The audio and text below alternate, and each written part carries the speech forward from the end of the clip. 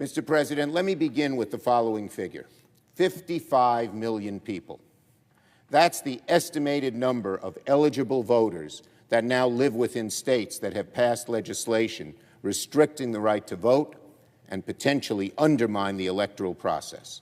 Today, President Biden will travel to one such state, Georgia, home to one of the most egregious voter suppression and election subversion laws we have seen in a long time. I believe the President will give a strong speech and will urge that we in the Senate change the rules so that we can prevent these awful and nasty laws from being implemented. In an address to the nation, he will use the bully pulpit of the presidency to make the case that the time has come for the Senate to pass voting rights legislation and take whatever steps necessary to address this chamber's rules in order to accomplish that goal. The Senate is going to act as soon as tomorrow. It is my intention to once again bring legislation to the floor to fight back against the threats to democracy and protect people's access to the ballot. Once again, I urge my Republican colleagues to take up the flag of the traditional Republican Party, not only of Lincoln, but of Reagan and H.W. Bush and W. Bush, and vote yes to move forward so we can have a debate like the debate we just had, or discussion we just had. But if Republicans continue to hijack the rules of the Senate to prevent voting rights from happening, if they continue paralyzing this chamber to the point where we're helpless to fight back against the big lie, we must consider the necessary steps we can take so the Senate can adapt and act. For the past few months, Senate Democrats have been holding talks within our caucus to discern how we can best move forward to restore the function of the Senate, and more importantly, pass legislation to defend democracy and protect voting rights. Last night, I held another round of talks with a number of my colleagues about the path forward, and we did so again this morning. Over the past few days, our Republican colleagues have escalated their attacks against our efforts to pass voting rights legislation. Listen to this one. Last night, the Republican leader worked to place a number of gotcha bills onto the legislative calendar as some sort of payback for pursuing legislation to protect the sacred right to vote. He was basically saying, here are 18 bills that Democrats don't like. Let's go for 50 votes on those. Well, I proposed to the Republican leader in a unanimous consent request that it would be perfectly fine with us taking votes on his bills on a simple majority threshold if in exchange he agreed to do the same for the Freedom to Vote Act and the John Lewis Voting Rights Act. Of course, the Republican leader immediately objected to having all of them done with 50 votes, the 18 bills he proposed and our 2 voting rights bills. The Republican leader made clear last night that the true worry on the other side isn't about the rules of the Senate, rules they were perfectly happy to change to pursue their own objectives when they were in the majority. Republicans, in truth, are afraid of the possibility that legislation to defend democracy, to fight the power of dark money, and protect voting rights could move forward in this chamber. And as I mentioned to my colleague from Texas, that's not all Republicans. That's not Republicans out in the country. A lot of them want to protect voting rights. But it's the Republican Party, as now run by, and it's fair to say run by, Donald Trump, who has propagated the big lie that the election was stolen, that he really won, even though he lost by 7 million votes, and even though he has no evidence, nor have the commentators in that effect. And now we have at least Republicans in the Senate and the House and in lots of state legislatures completely going along with this big lie. And the danger there is it jaundices our democracy. If people of color, if young people, if older people, if people in urban areas feel that their right to vote is being diminished compared to other people, because they're not aiming this at everybody, democracy begins to wither. We have not seen an assault on voting rights since the days of the Old South, since the 40s and 50s and 60s and 70s. Why would we want to regress? Why would we want to regress? So We must fight back. Now, I understand our Republicans are going to continue their opposition through a flurry of speeches decrying any effort by Democrats to undo these voter suppression laws and make it easier for Americans to vote. And by the way, again, I'd remind my colleagues, that's been the grand tradition of America. When the Constitution was written, most states you had to be a white, male, Protestant property owner to vote. No one says let's go back to those days. And in general, America, with our march to freedom and our march to equality, embodied in our Constitution and in the great minds of the Founding Fathers, the greatest group of geniuses ever assembled, have marched forward. There have been regressions, but have marched forward. We Democrats want to continue that march. We want to stop these types of laws. So the Republican leader doesn't have much to say. So he's latched onto a talking point, and he said the big lie is actually the warnings of voter suppression that come from Democrats, even though there are so many laws that are obviously done to suppress votes, and a lot of these Republican legislators say it openly. So I'd say to the Republican leader, his attempts to misdirect from the danger of Donald Trump's big lie and try to say it's Democrats who are doing it is gaslighting, pure and simple. No evidence. No evidence. The leader did it again yesterday and today on the floor, implying one more time that because the 2020 election was indeed successful, somehow voter suppression doesn't exist. Now, I answered my friend from Texas when he held up that chart. The Republican leader cherry-picked examples to distract from the real unmistakable changes that are taking place in the states. And I would ask the Republican leader, the Republican senator from Texas, and every other Republican, if the 2020 election was as successful, as secure, as safe as he says it was, then why have Republican state legislators rushed to make it harder for people to vote in the aftermath of the 2020 election? And why can any Republican cling to the view that the election was stolen, Donald Trump's big lie, when John Cornyn, my friend from Texas, is up there with a chart saying the 2020 election was successful, and the Republican leader said the same thing? Doesn't that rebut Donald Trump?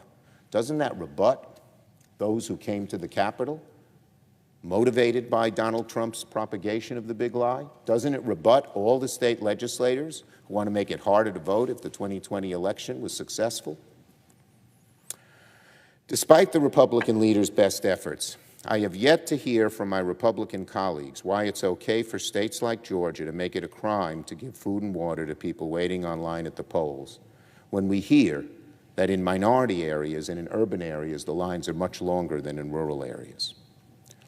I have yet to hear from Republicans why states like Texas and Arizona have made it a felony for nonpartisan election workers to send in unsolicited mail ballot applications to voters. What's wrong with sending that? What's wrong with encouraging people to vote? The participation in elections is much higher in many Western countries than in ours. And again, Texas didn't just prohibit nonpartisan election workers to send mail ballots out to voters. They made it a felony. A felony. These states have effectively made it a crime for election workers to proactively helping people vote. Where is the justification? Where's the evidence of this massive fraud that Donald Trump talks about? No one gives any. And yet they predicate their policy moves here in the Senate on that. And to date, I've heard no explanation from the other side why states like Texas, Iowa, and Montana have reduced polling locations in hours. In Iowa, early voting of any kind has been cut by 9 days. How does that make the election more secure? Why is that in the grand tradition of making it easier for Americans to vote? And in Georgia, according to the Atlanta Constitution-Journal, the leading newspaper of Atlanta, the number of absentee drop boxes in 4 large counties in Atlanta, in the Atlanta area, will drop from 111 to 23. 111 to 23. One of the justifications is that these boxes are no longer helpful. But this ignores the fact that over 300,000 voters used them in the last election, the last successful election, according to my friend from Texas. Republicans know that most of the people who used those drop boxes, of course, were Democrats. They tend to use them more, and that's why they cut them off. The examples go on, unfortunately, Mr. President. This is not just a one-off or one state or another. This is a massive campaign, which if we do nothing will continue and get worse. States like Texas, Florida, Kansas, Iowa, New Hampshire, and Montana have passed laws making it harder to register to vote. States like Alabama, Iowa, and Texas have passed laws that increase the potential barriers for people with disabilities. And again in Georgia, one rural county, Lincoln County, is trying to limit their polling places to just one in the whole county. Just one place to vote for an entire county, causing people to potentially drive as many as 23 miles to cast a ballot. This wouldn't make voting easier, turns it into a burden. The truth is, our Republicans can't defend these laws. They're not going to mention them here today. Let's hear some Republicans defend these laws and point to evidence of the massive fraud that they say motivates them to do it. It's bunk. The policies they have put forward have one purpose only, making it harder for younger, poorer, non-white, and typically Democratic voters to access the ballot, to give Republicans a partisan advantage at the polls by making it harder for Democratic-leaning voters to vote. Again, in a democracy, when you lose an election, you figure out why and try to win over the voters you lost.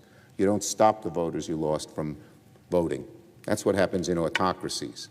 Places like Hungary, where Donald Trump just endorsed Orban, who is whittling away at democracy in Hungary. It is cynical for our Republican colleagues to argue that just because these voter suppression laws don't spell out their intentions out in the open, that there's nothing sinister at play. But these laws have real impact, potentially divisive. In Arizona, Mr. President, your state, the Secretary of State has concluded that new laws could purge as many as 200,000 voters from their early voting list. And as you know better than me, Arizona has a long tradition of early and mail voting that I think was set up by Republicans, if I'm not wrong.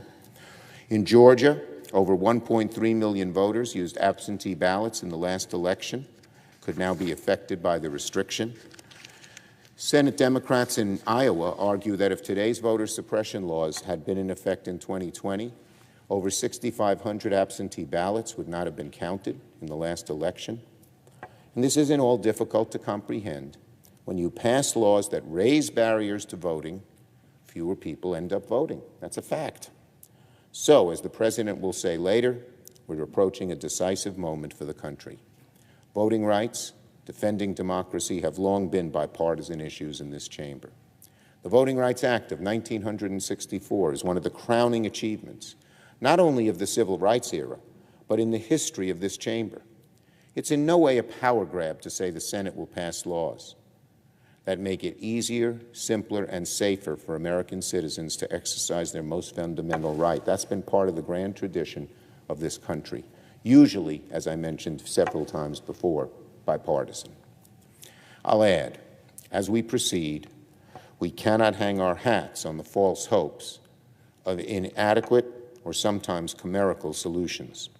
Substituting the Electoral Count Act for the much-needed reforms that we have in the Freedom to Vote and John Lewis Voting Rights Act is insufficient, unacceptably. Obviously, it doesn't affect the House and Senate. Obviously, it's not immediately urgent because it affects 2024. But most importantly, scorekeeping matters little if the game is rigged, and the game is in danger of being rigged if state Republicans empower themselves to arbitrate the results of future elections instead of it being arbitrated by what traditionally has happened in America, by nonpartisan election workers. So, we need to work in this chamber to pass real solutions that go to the heart of the problem. We need to proceed with the John Lewis Voting Rights Act. We need to proceed with the Freedom to Vote Act. All of us in this chamber must make a choice about how we'll do our part to preserve our democratic republic. We can't be satisfied in thinking that democracy will win out in the end if we're not willing to put work in to defend it. So we need to pass these bills so our democracy can long endure after this present danger. To continue blocking these efforts is to offer an implicit endorsement of Donald Trump's big lie, which unfortunately is alive and well in 2022.